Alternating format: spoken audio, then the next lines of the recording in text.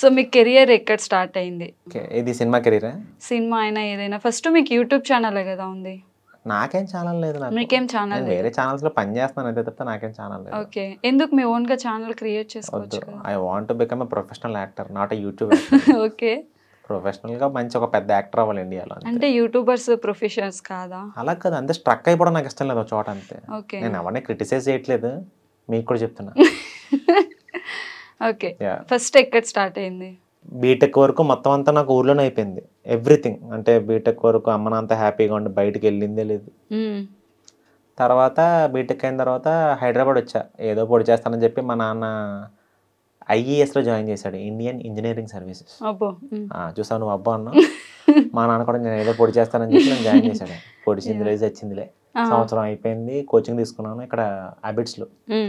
As institute ఉంటుంది, చాలా famous. వీటికే కోచింగ్లు ఇస్తారన్నమాట సర్వీసెస్కి.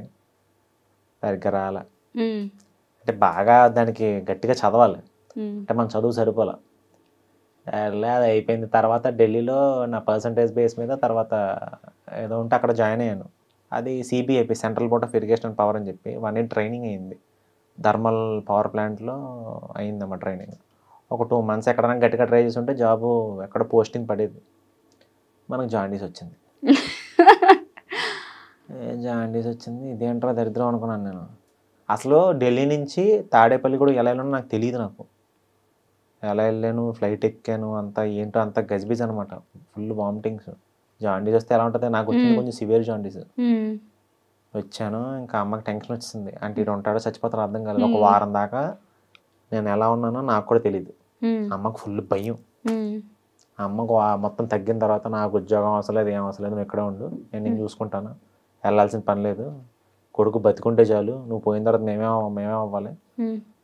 మా అమ్మ వద్దని చెప్పేసింది ఉద్యోగం. అమ్మ పెద్ద ఉద్యోగాలు వస్తాయి అమ్మ, గవర్నమెంట్ అవసరం లేదు నాకు, నా కొడుకు చాలు, నాకు ఈ ఉద్యోగాలు ఇవన్నీ నాకు తర్వాత.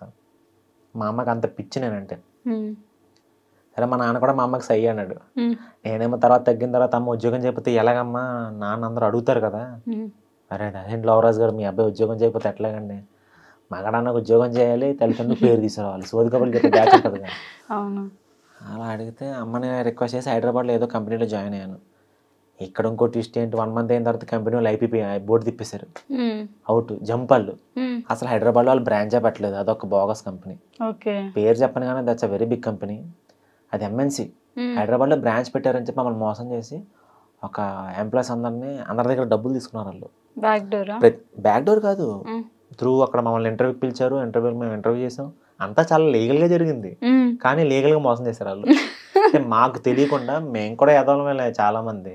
ఒక గొర్రెలు ఉంటారు, ఒక 600 మంది గొర్రెలు, అందరం జాయిన్ అయ్యాం పాపం తెలియక. అందరి దగ్గర 75,000 తీసుకున్నారు అందరి దగ్గర డిపాజిట్. నాకు అర్థం కాల, జాబ్లో జాయిన్ అయినప్పుడు డబ్బులు అడగరుగా, అడిగితే వాళ్ళు అడిగితే మేము గొర్రెలు అందరం చెక్లు ఇచ్చేసి మొత్తం అందరం ఇచ్చేసాం డబ్బులు 75,000. నీట్గా 1 month తర్వాత ఐపీ పెట్టాడు jump company. First month salary రాలా, వచ్చింది వస్తే బాగుండు అనుకున్నాం, కనీసం ఆ 75,000 ఒక 30,000 అన్నా కొంచెం కవర్ అయ్యేది. రాలేదు, శాలరీ రాలేదు. ఆడు వెళ్ళిపోయాడు. అబిడ్స్ దగ్గర, ఆ ఆఫీస్ దగ్గర ఫుల్ అందరం గొడవలు, ధర్నాలు ఇవన్నీ చేసాం. పోలీసులు మీరు కొంచెం ఎక్కువ చేస్తే మిమ్మల్ని అందరూ లోపల పెడతామమ్మా అన్నారు. దెబ్బకి అందరూ డిస్పర్స్ వెళ్ళిపోయారు, అందరూ ఇళ్ళకి వెళ్ళిపోయాం. ఇంకా కేసు అట్టే పోయింది. ఇదేంట్రా ఎక్కడికి వెళ్తున్నా కూడా ఈ దరిద్రం ఏంటి, మనకి ఉద్యోగం చేసే యోగం లేదు మనకి. నాకు అర్థమైపోయింది ఉద్యోగం ఇంకా చేయలేనేమో అనుకుంటే, హాస్టల్లో ఉన్నప్పుడు మేమందరం కలిసి ఉండేవాళ్ళం. మేమందరం నలుగురు, అభినయ్ అని ఒక వ్యక్తి. ఆయన ఫోన్ చేశాడు, ఇలా షార్ట్ ఫిల్మ్ తీస్తున్నాను, ఇలా ఫ్రంట్ క్యారెక్టర్ ఉంది చేస్తామని అడిగాడు. సరే బేవర్సుకున్నాం, పని బట్టి లేదు, సరే ఏదో ఒకటి చేద్దాంలే, కెమెరా ముందు కనపడతాం కదని చెప్పి వెళ్ళా. ఆ షార్ట్ ఫిల్మ్ పేరు Tarun from Telugu medium, front character చేశాను నేను. సరే చేసిన తర్వాత మంచి పేరు వచ్చింది, బాగుంది, అంటే యాక్టింగ్ చేయగలుగుతున్నానని చెప్పి నాకు అనిపించింది. 2014లో జరిగింది ఇది. తర్వాత మా అన్నయ్య బ్రేకప్ తర్వాత అని చెప్పి ఇంకో షార్ట్ ఫిల్మ్ తీశాడు, అందులో కూడా ఫ్రంట్ క్యారెక్టర్ చేశాను. సరే అది బాగుంది. 3వ షార్ట్ ఫిల్మ్ రాముడు అని ఒక షార్ట్ ఫిల్మ్ ఉంటుంది, అది అందులో లీడ్గా చేశాను. లీడ్గా చేసి మన ప్రసాద్ లైఫ్లో ప్రీమియర్ వేసాం. గెస్ట్లందరినీ పిలిచాం, ప్రొడ్యూసర్లని, తర్వాత ఆర్టిస్టులని చాలామందిని పిలిచాం. సినిమాలు ఎవరైతే పెద్దలను పిలిచి చూపించాం అనమాట. ఫుల్ విపరీతమైన అప్లాజ్ వచ్చింది కామెడీకి, అంటే నేను చేసిన కామెడీకి మొత్తం అంతా. ఆ రోజు డిసైడ్ అయ్యాను, నేను ఫాలో అవ్వాల్సిన ఫీల్డ్ అంటే చావైనా బ్రతికైనా సినిమాలోనే ఉండాలని చెప్పి అప్పుడు ఫిక్స్ అయ్యాను. అంటే నేను ఫాలో అవ్వాల్సిన ఫీల్డ్ సినిమా, అంటే దిస్ ఈజ్ ద పాత్ అంటే ఎప్పుడు గోల్ అనేది ఎప్పుడు పెట్టుకోలేదు, బట్ ఆ రోజు పెట్టుకున్నాను. వెన్ ఎవర్ ఆ ప్రసాద్ ల్యాబ్స్లో ప్రీమియర్ పడిందో, నా గురించి ఒక మంచి అప్లాజ్ వచ్చిందో, అందరూ బాగుంది నీ దగ్గర విషయం ఉంది అన్నారు.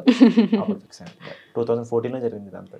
సో ఈ ఫీల్డ్లోకి వచ్చినప్పుడు అంకుల్ వాళ్ళు యాక్సెప్ట్ చేశారా? అంటే భయపడతారుగా, ఆబ్వియస్లీ భయపడతారు. ఎవరు సినిమా అనగానే ఎమ్మటే వచ్చేసి అందరికీ నెగిటివ్ థాట్సే ఫస్ట్. వద్దండి బాబు, ఎందుకండి సినిమా, అమ్మాయికైనా అబ్బాయికైనా అవసరమా, ఉద్యోగం చేసుకోండి, చక్కగా పెళ్లి చేస్తాం, ఇదే ఉంటుంది. అంటే రొటీన్ లూప్ ఇదే తిరుగుతుంది అందరి మైండ్లో. Not in the parents mind, others. ఎవరైతే పేరెంట్స్ దగ్గరికి వచ్చి మాట్లాడతారో వాళ్ళకి తిరుగుతుంది. ఎందుకంటే లవరాజ్ గారు మీ అబ్బాయిని అట్లాగా సినిమా ఫీల్డ్లోకి వెళ్ళి పాడు చేశారు, పాపం అవసరమా అండి, పట్టుకొచ్చండి ఎక్కడైనా ఉద్యోగం చేయించండి, లేకపోతే మనకు తెలిసిన వాళ్ళ దగ్గర మంచి ఉద్యోగం ఇప్పిస్తే, ఏదో సోది. పాపం నాన్న అట్లాగా ఒక 3 years వరకు పాపం ఈ మాటలు ఫేస్ చేశాడు పాపం నాన్న అందరి దగ్గర నుంచి. ఏం సమాధానం చెప్తాం?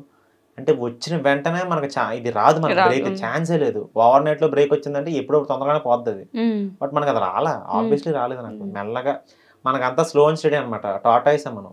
మెల్లగా ఒకటొకటే మెట్టు పెట్టుకుంటూ పైకి వచ్చాను తప్పితే ఎప్పుడు ఓవర్ నైట్లో నేను ఎప్పుడు స్టార్ అయిపోలే. అంటే నాకు వచ్చిన బ్రేక్ కూడా 2014లో నేను వేసుకున్నాను. నేను ఏదైతే ఆ సీడ్ ఉంటుందో అక్కడ బీజం నాటాను నేను.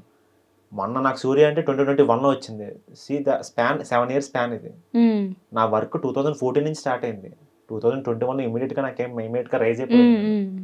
అలా మా నాన్న పాపం చాలా మంది ఇబ్బంది పడ్డాడు పాపం. ఎప్పుడైతే ఆ సూర్య వెబ్ సిరీస్ వచ్చిందో దెన్ మొత్తం ఈ ప్లేట్ తిరిగినట్టు అనిస్తాం, అట్లాగా వెంటనే ఇలా తిరిగిపోయింది అనమాట. బళ్ళు బళ్ళు అవుతాయి, అలా తిరిగిపోయింది. కెరీర్ మొత్తం మారింది. ఇప్పుడు అమ్మ నాన్న హ్యాపీ. అందరూ మా నాన్న దగ్గరికి వచ్చి లవరాజ్ గారు మంచి పని చేశారండి, మీ అబ్బాయిని మంచి పని. ఎప్పుడైతే ఆ నెగిటివ్ మాటలు అన్నారో వాళ్ళే డాడీ దగ్గరికి వచ్చి మీ అబ్బాయి వచ్చినారు చెప్పండి, మేము ఫోటో దిగుతామండి, మీ అబ్బాయి బాగా చేస్తున్నారు. సో అమ్మ నాన్న హ్యాపీ, నేను హ్యాపీ. సో ఫస్ట్ టైం తీసుకున్న రెమ్యునరేషన్ ఎంత అంటే పేమెంట్? 500. ఏదో కాలేజ్కి ఎక్కడో యాంకర్ ఊరికే వెళ్ళా, జస్ట్ క్యాజువల్గా కాలేజ్కి వెళ్ళి అక్కడ యాంకరింగ్ అందరితో డైలాగులు చెప్పించి సరదాగా వెళ్ళాం. అడిగితే ఒక మేడం అడిగితే వెళ్ళాను, 500 ఇచ్చారు అంత. ఫస్ట్ నా రెమ్యునరేషన్ అది. నా అంటే గౌరవంగా ఒక రెమ్యునరేషన్ తీసుకున్నానంటే 500. ఎనీథింగ్ ఈజ్ అంటే స్టార్టింగ్ 500 స్టార్ట్ అయింది నాకు నా జీవితం. ప్రెసెంట్ ఇప్పుడు ఎక్కువ తీసుకున్నాను. ఎంత అంటే ఒక ఐఫోన్ కొనుక్కున్నంత? అంత ఐఫోన్ ఒక రోజుకి ఎవరిస్తారు? ఓకే, బాగానే ఉంది. ఒక రోజులో ప్రెసెంట్ ఇప్పుడు మనకు ఆ రెస్పెక్ట్ అయితే వచ్చింది మనకి.